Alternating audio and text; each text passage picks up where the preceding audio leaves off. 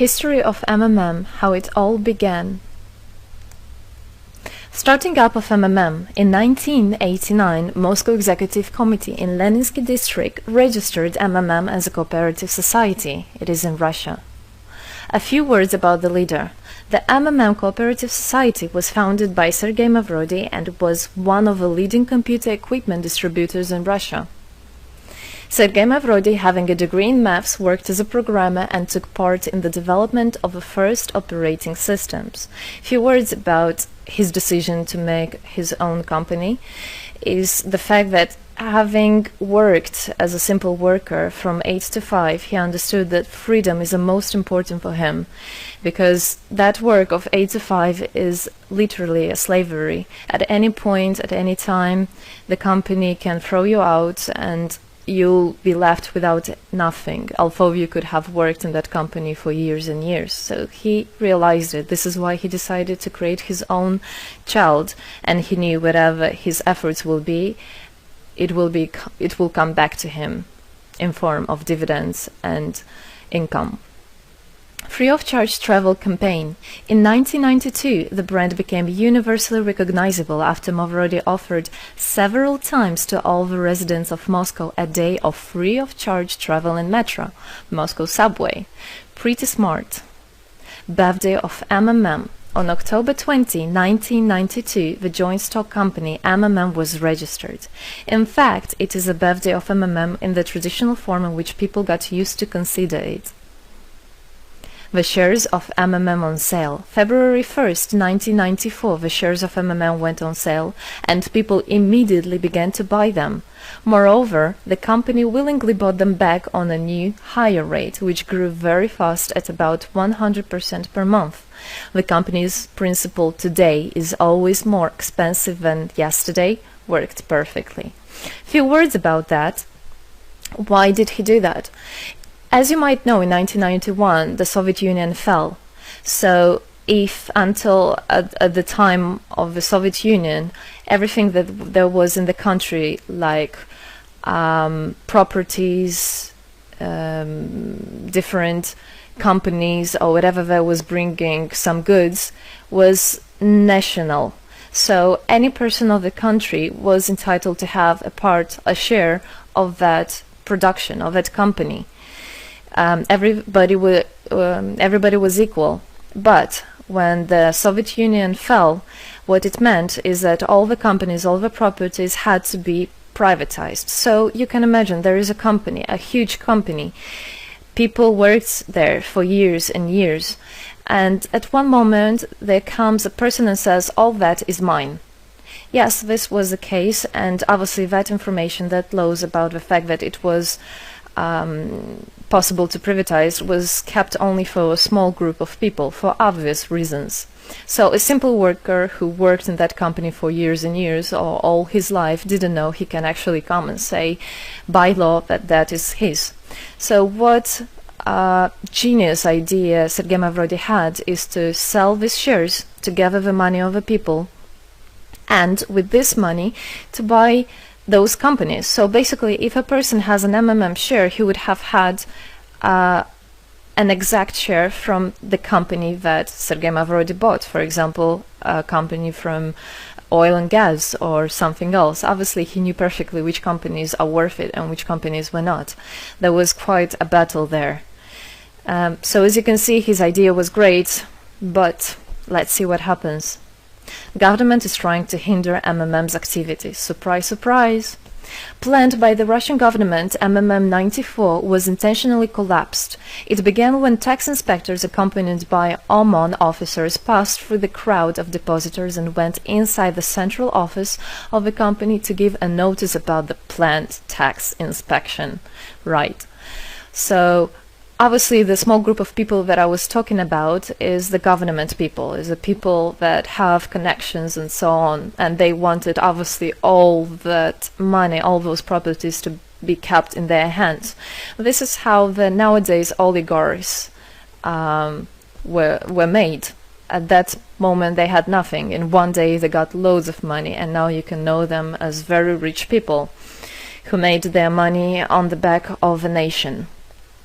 So obviously they did something just to provoke some panic going through the crowd.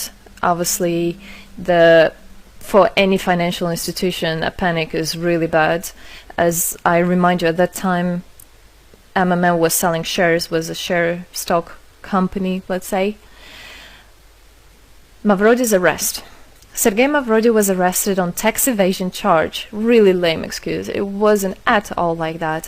What happened, even the person that was in charge with giving the arrest, he told him that there was no other option for them. They had to do something, even though it was illegal what they were doing, but they had to do it as they were afraid of him. Because, as he said, another 2-3 months and in whole Russia there would be no government, no banks, nobody, only Sergei Mavrody, you know, that who holds the money nowadays. This is in charge.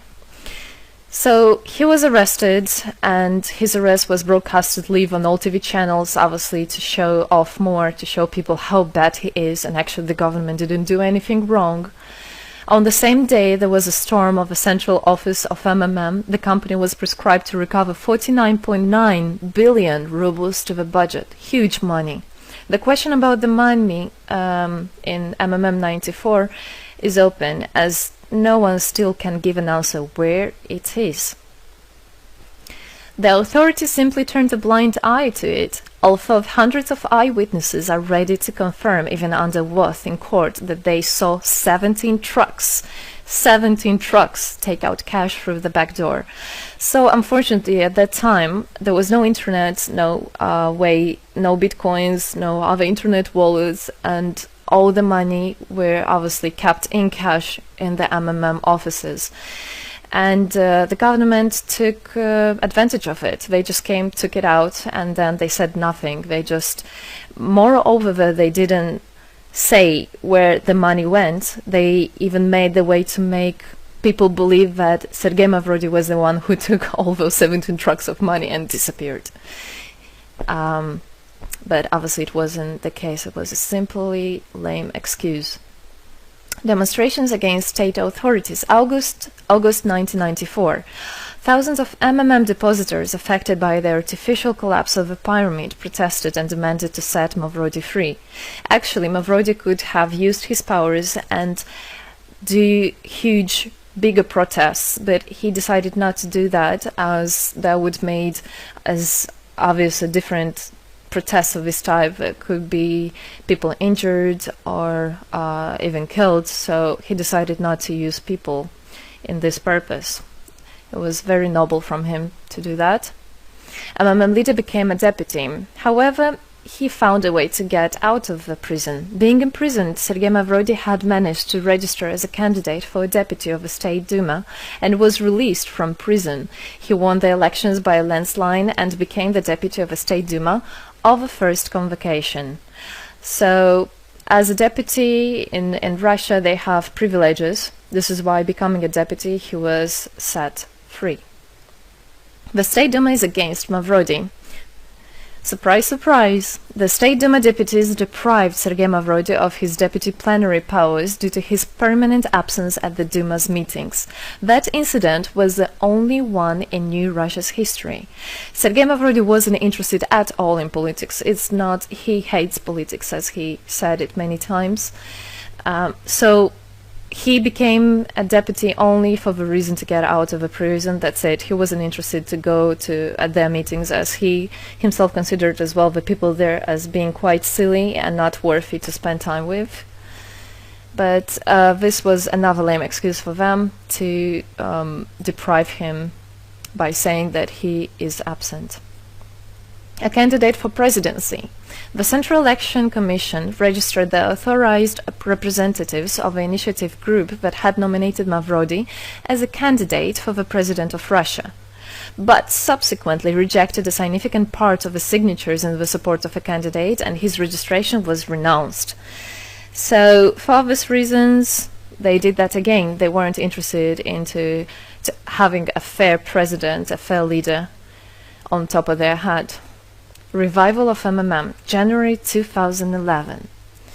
Sergei Mavrody renounced launching a new launching a new project of Mmm 2011. Together we change the world. Previously, there were simply no analogues of similar systems in the world. The film about Mmm, the launch of a project fell in the same time interval with the release of Russian film about Mmm Pyramid, the plot of which is based on the eponymous book in which the history of Mmm is disclosed by Sergei Mavrodi. So he wrote a book, and there is a movie which I highly recommend you to watch. You can find it online on YouTube. Mmm is building a new, fair financial order. June 2012, the activity of Mmm made a lot of banks collapse and a huge outflow of funds from deposit accounts happened. The system numbered more than 35 million members at the time. For obvious reasons, the fight against the system started. It suffered the same fate as Mmm 94, eventually collapsed. So what happened? A lot of banks, as I already said, had a huge outflow, and another minus of the system of that time was that it wasn't really quite a community, because the money was still kept by the managers in Mmm. So it wasn't the same idea as it is now, comparing it now, where people exchange money between themselves. You don't need to put it in a central account. At that time there were central accounts, and it was again used by the banks. They simply blocked those accounts that they identified as being of Mmm and took all the money away, and that's it. There were no other discussion about that. Again, huge loss of money. People lost a lot of money. Sergei Mavrodi didn't get all of them. It was again the banks that took the advantage of it. Mmm 2012 is just the beginning. I'll be back. Sergei Mavrodi announced the launch of a completely new Mmm, World Mutual Aid Fund, Mmm Community. It speeded up since the first day, showing crazy dynamics on new members' registration. It has been decided to send 10% of the whole turnover on payments to the affected members of Mmm 2011. So again, another genius idea. In order not to make central accounts, in order not to gather the money somewhere, now the money are spread directly between participant itself. You can just check in your account online whom you should transfer the money to. So Mmm now is connecting all the people between themselves and exchange, so that they can exchange the money and get benefits of it. It's amazing and it's crazy, but it is true. Mmm is growing. Some short facts. 2012, Mmm started its development in India. It had great, huge developments.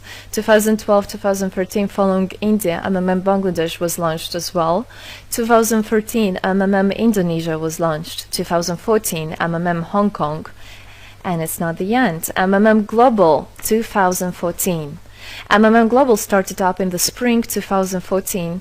It is a voluntary network, a community of millions and millions of people from more than 100 countries worldwide. So there is already Mmm settled in Argentina, Brazil, Philippines, Hong Kong and other, and all the rest of people in the world from all the countries of the world are able to participate as well. So they rebelled against the financial slavery and combined their money for this purpose. So how it is possible? Mmm, the Republic of Bitcoin. Bitcoin is another genius idea to set the world free.